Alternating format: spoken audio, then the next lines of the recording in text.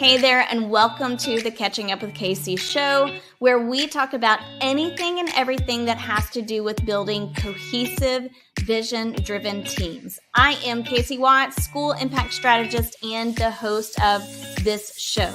Now, if you are here, then you inevitably are an instructional leader who wants to make change happen, even when change seems impossible. And you can do that if you have cohesive, vision-driven teams that have done clarity work. They know exactly where they're headed and how they're going to get there. These teams have done identity work, and they've built their self and social awareness skills. And they have done collaboration work, and they know how to move beyond faux collaboration to get to true collaboration where change happens and where people get on board. I'm so excited to bring to you conversations that help you to do exactly that. The work that needs to be done to build cohesive, vision-driven teams. Now, with all of that said, let's dive into today's conversation.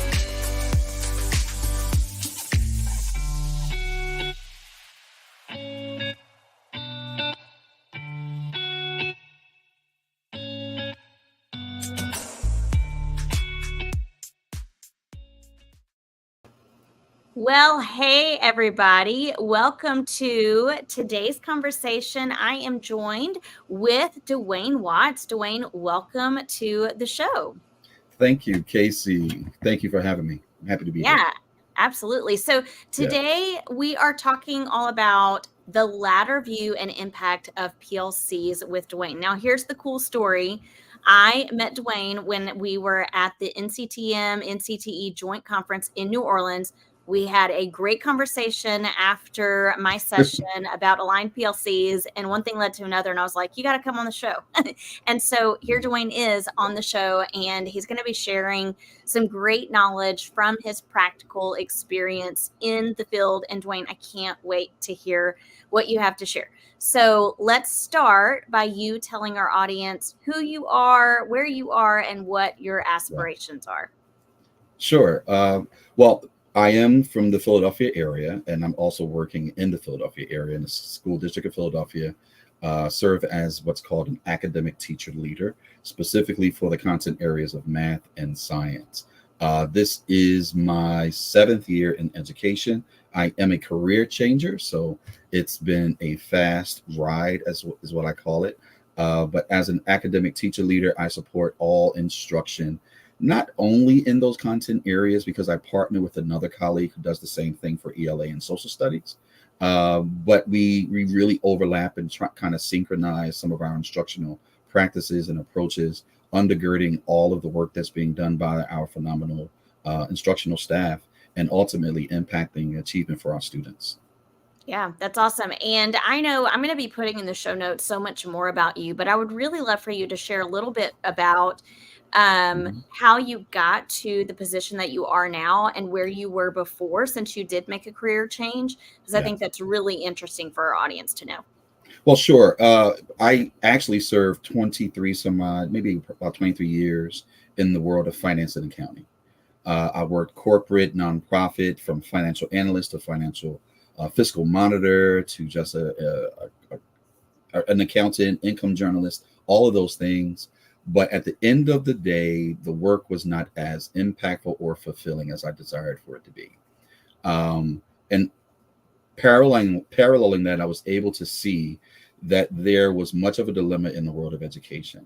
And simply put, I didn't see enough of me represented in the spaces that I was in. So being fatigued with seeing the problem, I decided to become part of a solution to what I was seeing. So I began through the Teach for America initiative as in the greater Philadelphia area, giving them a 2-year commitment.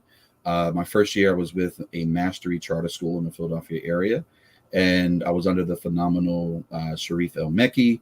My second year forward, I came to the school that I'm currently at, and that's Edward T. Still School, where our principal is Mr. Angie Sanatus. And I began as a middle years math teacher, teaching 6th, 7th, 8th grade math, doing the same thing at my current school. Coincidentally, the school that I'm at is also the school that I attended as a youth. for grades K through 6.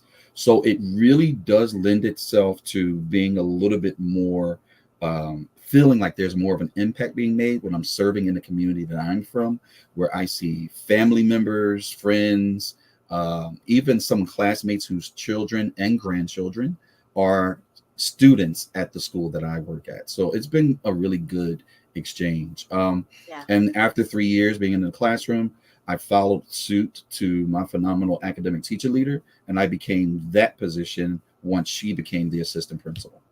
Yeah. So it really has been a fast move for you. Yes. I mean, after being out in what I call sometimes like the real world, because, we as educators, we're kind of in this little bubble. We Yeah. know education, but coming from that, then you're able to bring so much of that experience into education. I think it's so powerful and impactful. And I think it's great for kids to be able to see that too, to see like, I did this thing. I did the whole working in the world, corporate, and then I knew I could make an impact. And so I came to work with you guys, and how special it is for kids to be able to see that they mattered to you, and their outcome in life matters to you. So kudos to you. That's amazing. And I know that you're doing so many other things with your community to impact them as well. And guys, you can see that in the show notes. I'm going to leave it here on YouTube and on the podcast. So I want to shift our conversation. Okay. Our title is The Ladder View and Impact of PLCs. So Yeah. first, tell our audience your experience with PLCs. You could even share some of the things that we talked about when we met in New Orleans. Well, sure. The ladder view is what I termed it, right? Being in your session in New Orleans was really great for me because it kind of confirmed and reaffirmed some of the things that I currently do. So I felt like I'm on the right pathway, right? However, the ladder view really discusses how, as a quasi leadership position, such as an academic coach, you're not yet admin, but you're also not same level as other teachers. So I have to be the conduit of all information. I have to be able to relay both the vision and mission established by the school leadership in a way that teachers can actually make it a little bit more accepting and palatable, and they can see how their work is integrated into that. But at the same time, I do have to represent kind of the perspectives and approaches of teachers to admin. So the ladder view, if I'm on a ladder, so to speak, I'm in the middle, looking upward as I escalate things, but also having to bring things down. And that can be pretty convoluted if you really think about it, because it can cause there to be a lot of what I say wrestling matches, right? Because there's many audiences that I have to satisfy. Be it in a district, I'm also a part of a cluster of schools in the district that has a network team. So there's a network coach that I have to respond to. There's training that I receive from that network coach. Then I take that information to the school level. And now I have to also respond to an assistant principal, the principal, the teachers, the students, and the family. So there's multiple audiences that I have to kind of respond to and attend to. Yeah. What a great visual for our audience to think about that ladder view. And I know when we met together after the session in New Orleans, we talked about, like you were sharing about the ladder view there. I think without me even recognizing that you were saying it, but we talked about the idea of being a 360-degree leader too. And that's truly what happens when you're on that ladder. And I can just picture on this ladder, like exactly what you said, looking up and thinking, I've got to climb up this way to reach these people. Okay, now I've got to climb back down this way to reach these people. So why do you feel like, because I think we're in a unique position. I'm in a similar position to you in the district that I work in. But why do you feel like in our position on this ladder, it's so important for us to create clarity? Like, how do you see us being the clarity creators right there in the middle? Yeah. Well, we have to be the clarity creators because we are the conduits of all information, both going to and from. And there are intricacies that detail the leadership vision and mission. And in order to be like careful message handlers, we have to get it right. So we have to be really intentional, because if we don't, then it could become a little bit of a reluctancy on the part of the instructional staff, because they're not really clear, they're not really understanding. And I'm realizing that the clarity in a team environment really includes us communicating specific roles and responsibilities regarding all tasks and approaches, even if it's not ours.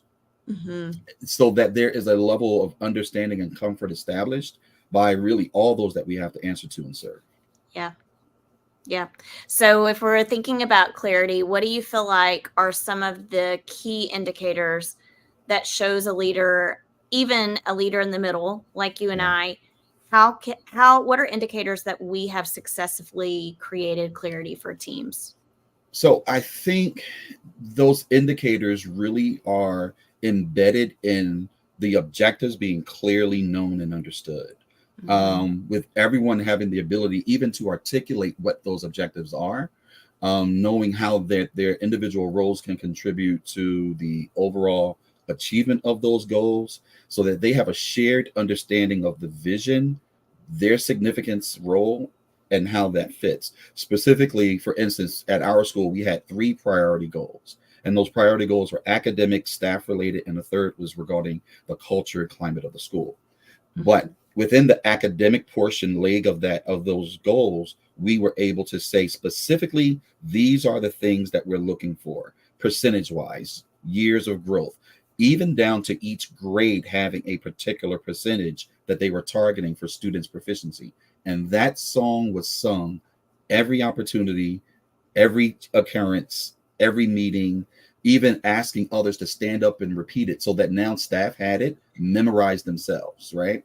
So being super clear allows there to be a great amount of alignment with that vision and unity present among staff as much as conceivable, right? It also reflects well on admin, because there's a level of transparency that exists, that nothing really feels like it's hidden. So there are tons of indicators that really speak to that. Yeah. One of the things that I talked about in a session that I led today was that idea of casting vision. And Andy Stanley, a phenomenal leader, he talks about vision casting a lot in his books and his content. But he says you want to say it so much that people almost get sick of it, but if they're getting sick of it, that you have said it so much and cast that vision so much that they know it, right? And that's what we want. We want people to know it, because I think that takes away too, like when we know that people know our vision and our goals, it alleviates some level of stress and some level of feeling like you don't have the capacity to reach, to be successful in the classroom. And it really minimizes the confusion and uncertainty. So then people can move with a level of confidence in the work that they're doing, about their tasks, projects, goals. And it minimizes some conflicts as well, because there is not a lack of clarity. In fact, there is an intentionality about being clear. Right. Yeah. So if we're thinking about like on a more practical level, do you have practical strategies that you feel like leaders can implement when they're trying to enhance clarity?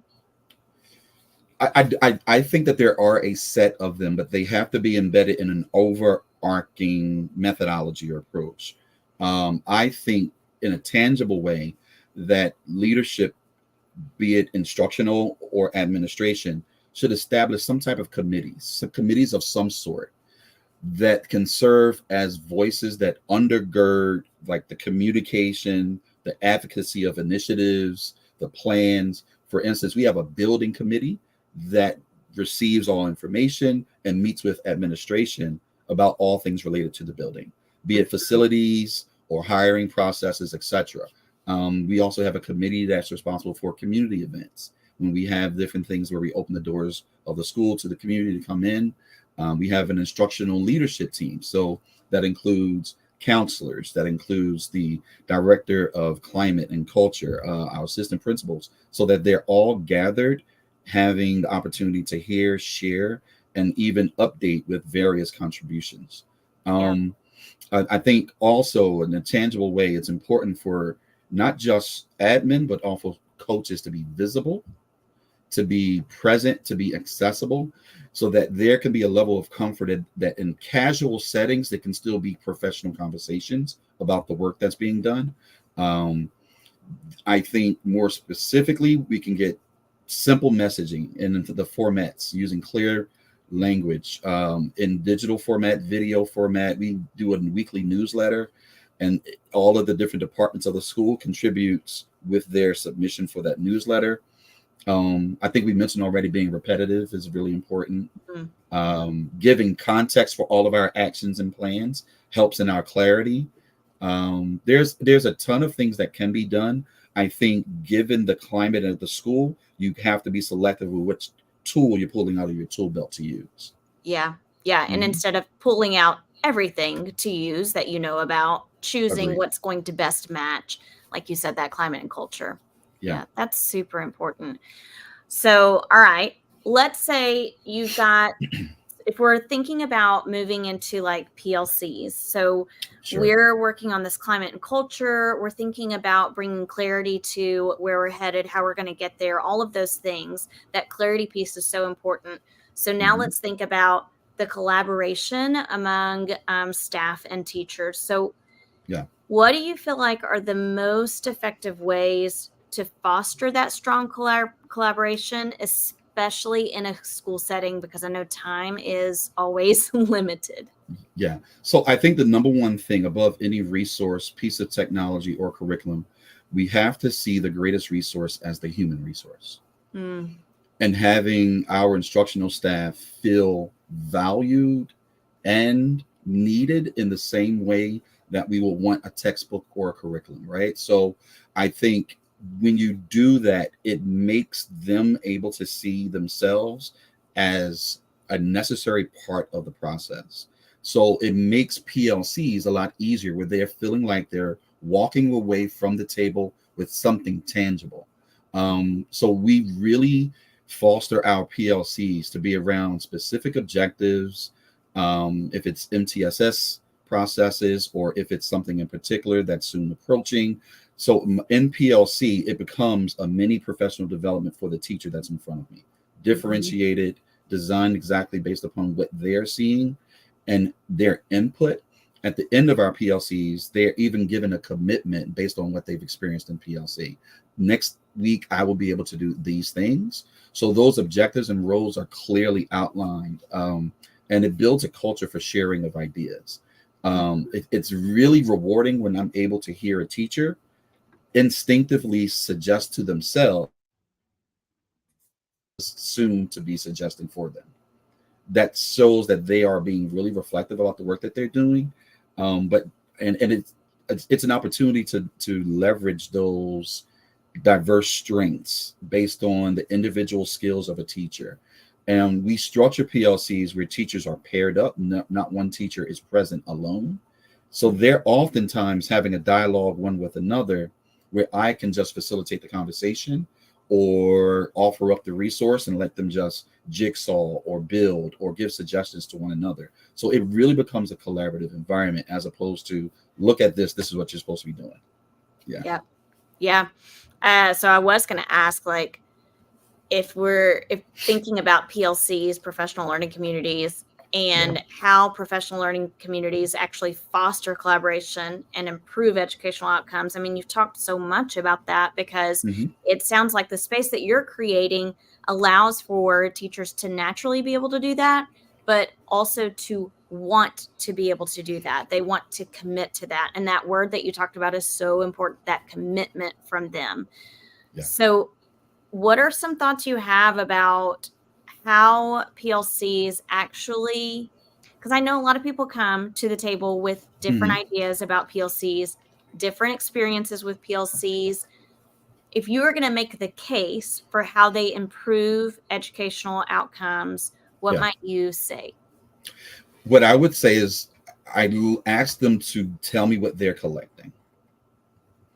And sometimes they raise an eyebrow and tilt the head, but I ask them, what is it that you're gathering that speaks for the work you're doing?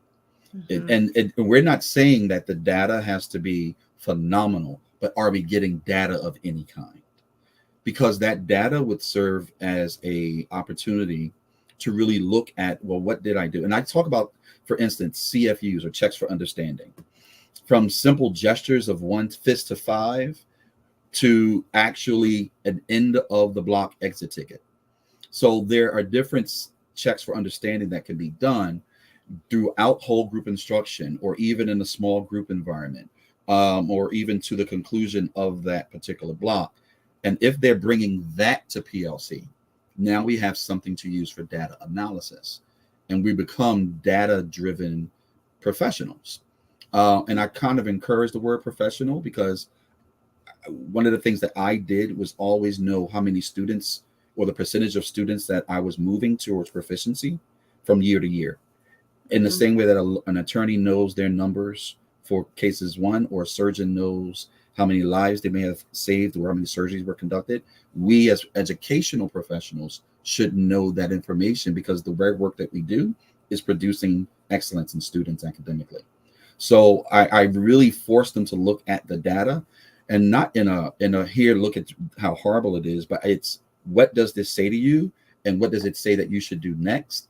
And also, does it align to what the standard says? And that lens causes for them to make pivots on their own. Yeah. 100%. Man, you said so many good things then. I'm going to have to go back and listen to this again so I can capture some of these quotes. But there are a couple of things I want to pinpoint. You said they're professionals. Yes, our teachers are professionals. And because of that, we should be treating them as professionals. Agreed. They're in a learning community. So in our time together, as we're collaborating, we should be learning together as professionals. And if we're going to be learning together, we have to be basing our learning on what we know about what students can do, cannot do, and where we want them to land.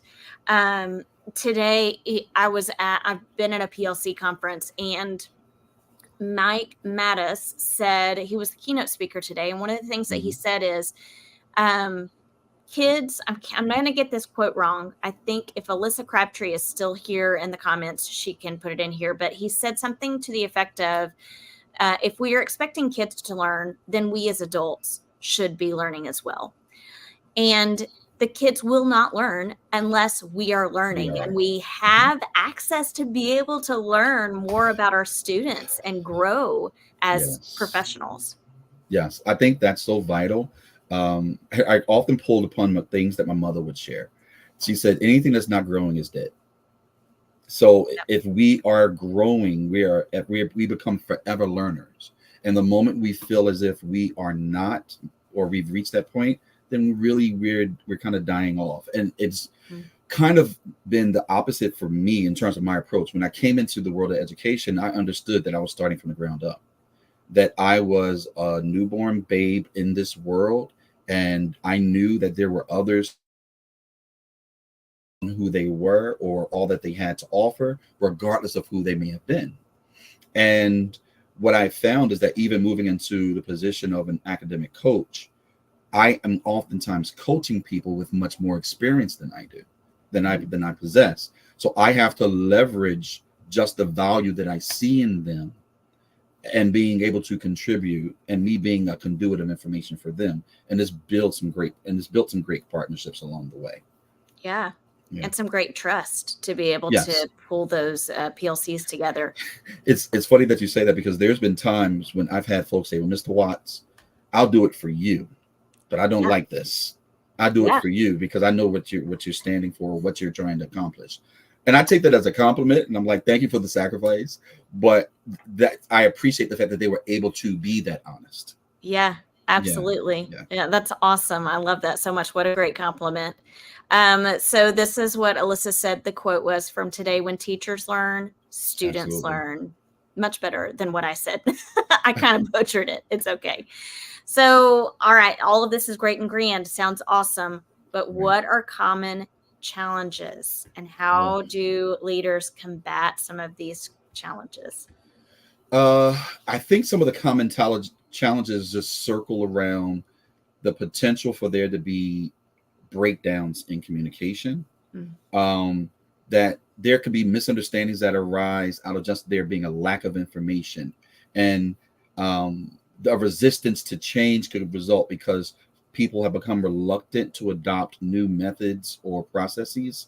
So what should happen in terms of leadership is that they are working as fervently as possible in order to build trust and be transparent, because they can see, oh, you have faux pas and errors as well, but you're honest about it.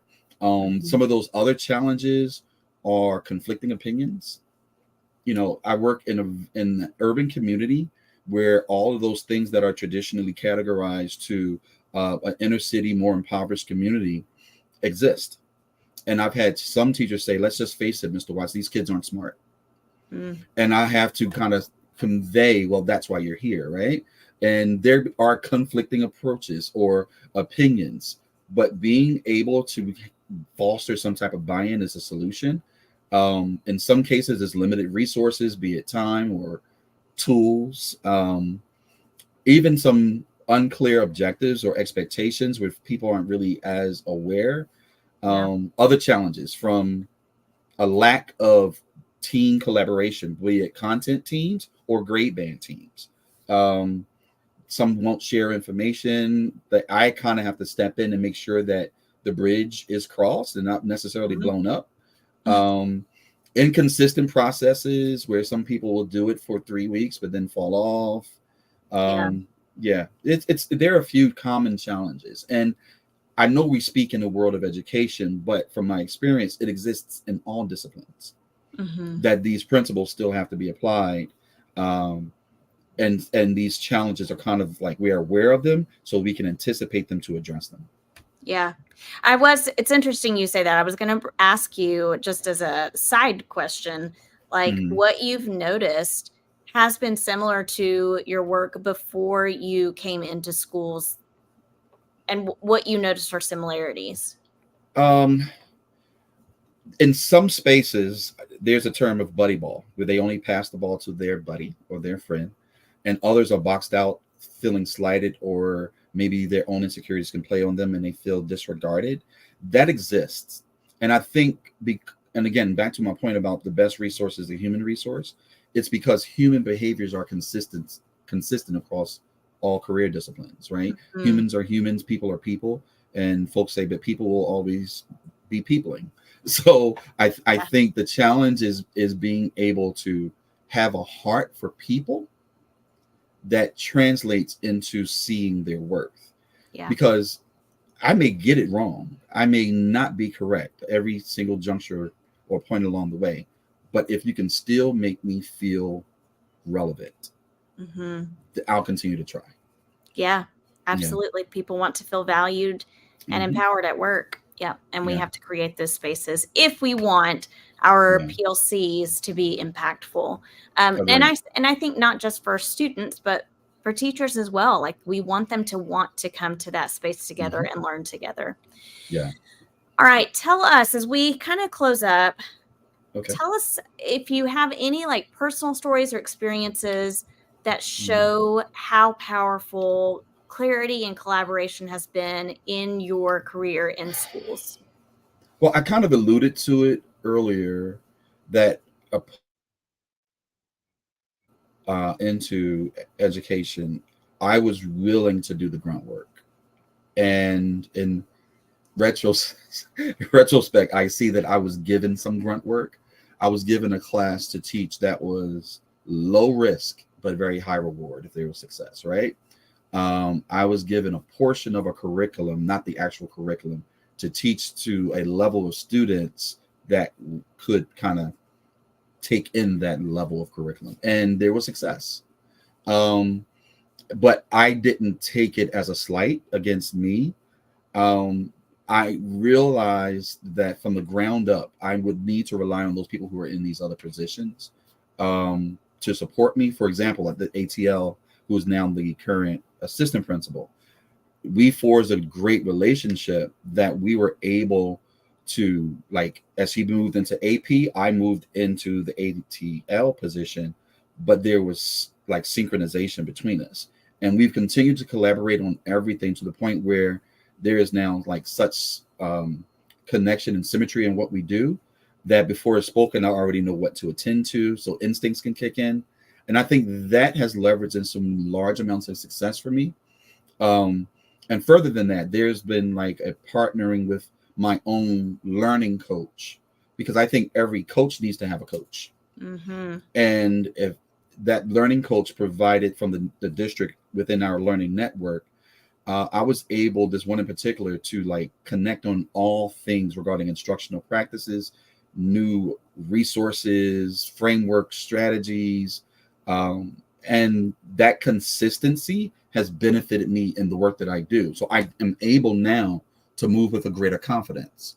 Mm-hmm. And in fact, because it's garnered some success, we are able as an entire instructional team to kind of take risks that other places or other schools may not be able to, because they haven't moved to that place. And with our risks, some of the approaches from our principal may be kind of extreme, but his vision is such that it turns out being effective, like in a weird science kind of way. And at times we're given that license to be experimental, because it's been seen that we're meeting targets and meeting goals. It's made me a better instructional coach who is willing to take risks and also extend that latitude of space to teachers to take risks. There are times in PLC, they'll say, well, this is what I'm going to try. I'm like, all right, well, go ahead, let's try it. And in my PLC follow-up visit, maybe a 10-minute visit to the classroom, I'm seeing what's done. I'm taking my notes. I give a little feedback. Then they come back to PLC with the evidence, my notes, and we have a great discussion about it. So it becomes a great PLC cycle. And I think that power of clarity that you were speaking of exists in the fact that there's such collaboration and freedom. Yeah, that's awesome. And what you have described so much attests to your focus on leadership skills. Like moving into this position, I feel like I can confidently say that you have focused on how do I more than just lean into my instructional practices and my instructional expertise? How do I lean into leadership practices? And those leadership practices and those leadership skills are things that you have to learn and hone over time. And I would say creating clarity is not something we just naturally know how to do. It takes practice, and it takes us taking some time to really investigate, like, what does it mean when we talk about clarity, and what are strategies I can use to be more transparent with my people? Yeah, I think that's important, because what it's done, the work is the work, right? No one gets up in the morning and saying, hey, I think I'll go to easy today. Yeah. Right. The work is the work. So that will be there all the time, just by the nature of what we do in this profession. But I think what makes a difference is the space that we do the work in and our mindset as we approach the work. And whether we like it or not, we have to lead on the level that we're on. Like, I don't wait to become a king to act like a king. I'm a king in advance of it in order to fulfill the requirements of that thing. And I think a lot of people who may have become jaded even in the world of education feel like, well, I'm not there yet, so I don't have to be XYZ things. And so if we're just leading on the level we're on, even if it's just your students, and I've encouraged teachers, and this was my approach in the classroom, there's one thing I can control, and that's the four walls of this room. That's the most that I can do, even if it was a behavioral issue. But the moment it goes outside of this room, it's literally out of my hands in many ways. So I try to encourage people to say, hey, let me just control or lead where I am and let everything else take care of itself. The work is the work. Try these different tactics and practices. I know that we have gained impactful distances in our kids' academic. So it's worked wonders. Yeah, that's awesome. Yeah. Okay. Well, as we close up, do you have any last words? If you are here with us live, I'd love to know what you felt like was most useful for you, or absolutely email me and tell me what was most useful for you in this episode. I always love to hear from the audience. And as you guys are typing in the comments, like what was most useful for you, Tell us, Duane, what you would hope our audience would take away from this conversation today. My hope is that listeners would come away saying that the greatest resource is your human resource. And it's not just the adults in the building. It's also the students and their families. And if you value them and create relationships authentically, not what I call just the photo op moment, but really genuine relationships, you'll see much further growth and distances covered, and the work will become much more of a lighter lift. Yeah, I love it. Thank you so much, Duane. This has been such a great episode. I'm so glad we connected. So glad that I got you on here. I'm actually really glad that you said yes, because sometimes I ask people who are out in the field and they're like, I don't think so. That's a little bit scary, but you were like bomb drop all over the place. Oh, no. You dropped so many great truths, and I'm so grateful for your time. Well, thank you, Casey. And again, we're kindred because we have the same last name. So I couldn't say no. I couldn't say no. That's right. I would have tried to talk you into it anyway if you'd tried to say no. It's a Watts thing. We're good. That's right. That's right. All right. Thank you for being with me, audience. Thank you for joining, and we will catch you next time. Bye, guys. Hey there. Thanks for joining this episode. I would love for you to do me 3 solid favors before you head out. Number 1, subscribe to this show. I've got a lot of great guests and content coming up, and I don't want you to miss any of it. Number 2, share this show. Share it with your like-minded colleagues and friends and those leaders who are eager to build cohesive, vision-driven teams. And finally, connect with me on all the social media platforms. You can find me at Catch Up with Casey on Instagram, YouTube, and LinkedIn. Until next time, go off and create teams that leave people feeling inspired, empowered, and eager for more each day.